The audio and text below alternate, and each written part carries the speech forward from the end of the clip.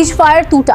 Donald Trump के बयान के बाद फिर भड़की जंग। यूनाइटेड स्टेट्स और ईरान आमने सामने, मिडिल ईस्ट में हाई अलर्ट। जी हां, अमेरिका ने कुछ ही घंटों में सीज फायर का उल्लंघन कर दिया। ईरान की तेल रिफाइनरी में धमाका देखने को मिला। इधर यूएई पर भी ईरानी मिसाइलें वापस आना शुरू हो चुकी हैं। ईरानियों ने रिफाइनरी पर सीज फायर के बाद हमला किया। उधर ईरान ने भी कुवैत में अटैक किया। आखिरकार 40 दिन बाद तो आज जाकर अमेरिका और ईरान की जंग में एक अच्छी खबर आई थी कि 2 सप्ताह के सीज फायर का ऐलान हुआ है और मुझ रूट भी खुल चुका है।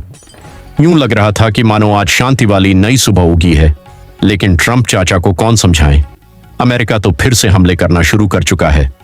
देखिए, अमेरिका ने कहा कि ईरान के भीख मांगने पर हमने सीज फायर किया, लेकिन फिर भी ईरान को परमाणु बम नहीं बनाने देंगे। डोनाल्ड ट्रंप बोले कि ईरान को अगर किसी देश ने हथियार दिए तो 50% टैरिफ भी लगाएंगे, जबकि पहले खुद ट्रंप ने सोशल मीडिया पर कहा था कि ईरान में 2 सप्ताह का सीज फायर रहेगा। आज 40वें दिन जंग रुकी थी। ट्रंप बोले थे कि पाकिस्तानी पीएम और आर्मी चीफ की अपील के बाद यह फैसला लिया। अब दोपहर बाद ट्रंप अपने बयान बदल रहे हैं, कह रहे हैं कि ईरान ने खुद भीख मांगी हमसे, फिर सीज फायर किया हमने। तो वैसे भी ट्रंप तो उल्टे सीधे झूठे बयान देने के मामले में माहिर हैं। अब कह रहे हैं कि सीज फायर के लिए ईरान भीख मांग रहा था। जब ऐसी बयानबाजी करेंगे तो जंग फिर से भड़केगी, नहीं तो क्या होगा। अमेरिका ने कहा कि तेहरान के पास कोई ऑप्शन नहीं था। यही वजह है कि सीज फायर होने के बावजूद भी अरब मुल्कों में, जो अरब कंट्रीज हैं, वहां दहशत का माहौल फैला हुआ है। अभी भी सऊदी अरब से लेकर कतर, कुवैत तक यूएई में भी हाई अलर्ट घोषित कर रखा है। और यही वजह है कि हमारी भारत सरकार ने भी ईरान में रहने वाले भारतीय नागरिकों के लिए एडवाइजरी में कहा कि तुरंत ईरान छोड़ दें।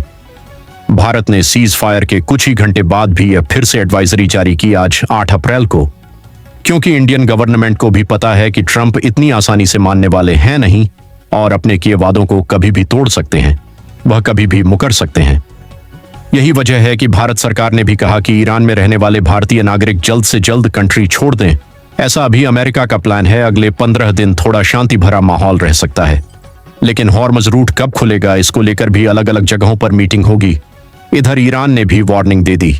सीज फायर के बाद भी ईरान का कहना है कि हमारी अनुमति के बिना हॉर्मज रूट से गुजरने वाले जहाजों को हम उड़ा देंगे। भले ही सीज फायर हो चुका हो, लेकिन ईरान का कहना है कि फिर भी हॉर्मुज से गुजरने वाले जहाज हमारी परमिशन लेकर ही निकलेंगे।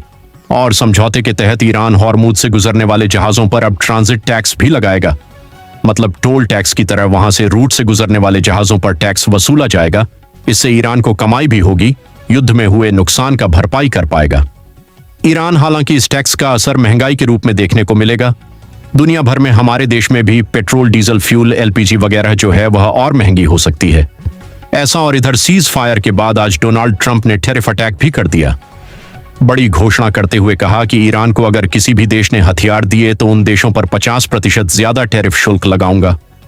जो भी देश ईरान को सैन्य हथियार सप्लाई करेंगे उन पर अमेरिका अब एक्स्ट्रा टैक्स लगाएगा। ऐसा, और ईरान के परमाणु बम बनाने के मामले पर ट्रंप ने कहा कि ईरान के पास जो भी यूरेनियम है उसको हम जमीन से गोद कर निकाल लेंगे, दफन यूरेनियम को ईरान से छीन लेंगे। तो ये दोस्तों ईरान इजराइल जंग से जुड़ा अभी का लेटेस्ट अपडेट रहा।